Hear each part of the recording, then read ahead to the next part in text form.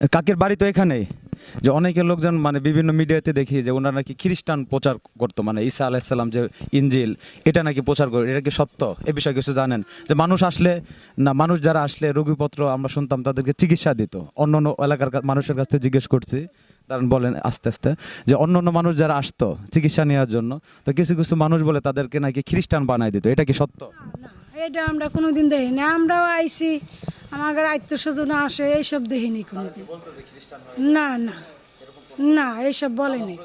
হ্যাঁ, রোজা করতো, রাজা নামাজ পড়তো, আমরা এই তো দেখি। তাদের বলতো অজু করেন, অজু করে নামাজ পড়েন। কাকের বাড়ি তো এখানেই।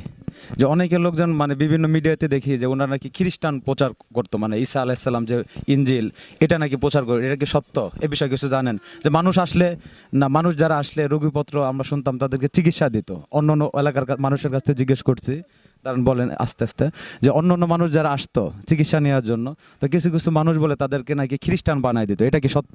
না, এটা আমরা কোনোদিন দেখিনি। আমরাও আইছি, আমাদের আত্মীয় স্বজন আসে, এইসব দেখিনি কোনোদিন।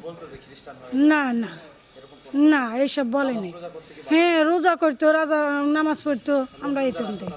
তাদের বলতো অজু করেন, অজু করে নামাজ পড়েন।